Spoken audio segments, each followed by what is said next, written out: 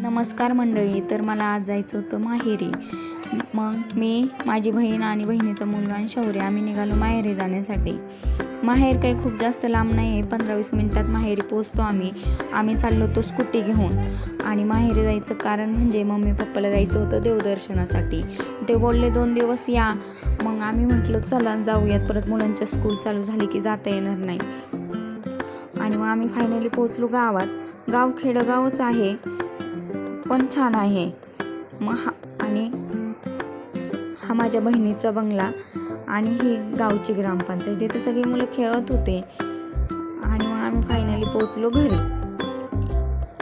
इकडं. आणि घरी येऊन चाललं त्या वहिनींसोबत गप्पा. आणि हा माझ्या मम्मीच्या घराभोवतीचा परिसर आहे. घर साधंच आहे पण घर कसंही असलं तरी प्रत्येक मुलीला माहेर हे प्रियच असतं. आणि इकडं मम्मी पप्पाचं गुरांचं काम चाललं होतं. गाया खूप आहेत त्यांना आणि काम भरपूर पडतं करायला. 2 जण आहेत. त्यांचं चाललं होतं गुरांचं खाणं वगैरे. आणि मग इकडं माझी बहीण करत होती चहा. तिला चहा करायला सांगितला होता म्हणून ती चहा करत होती. आणि शौर्य खेळत होता बॅट बॉल मामाच्या मुलीसोबत. तर कसं वाटलं माझं माहेर, माझा ब्लॉग तुम्हाला आवडला तर नक्कीच लाईक, शेअर, सबस्क्राईब करा आणि कमेंटमध्ये सांगा कसं वाटलं गाव तुम्हाला. थँक्यू.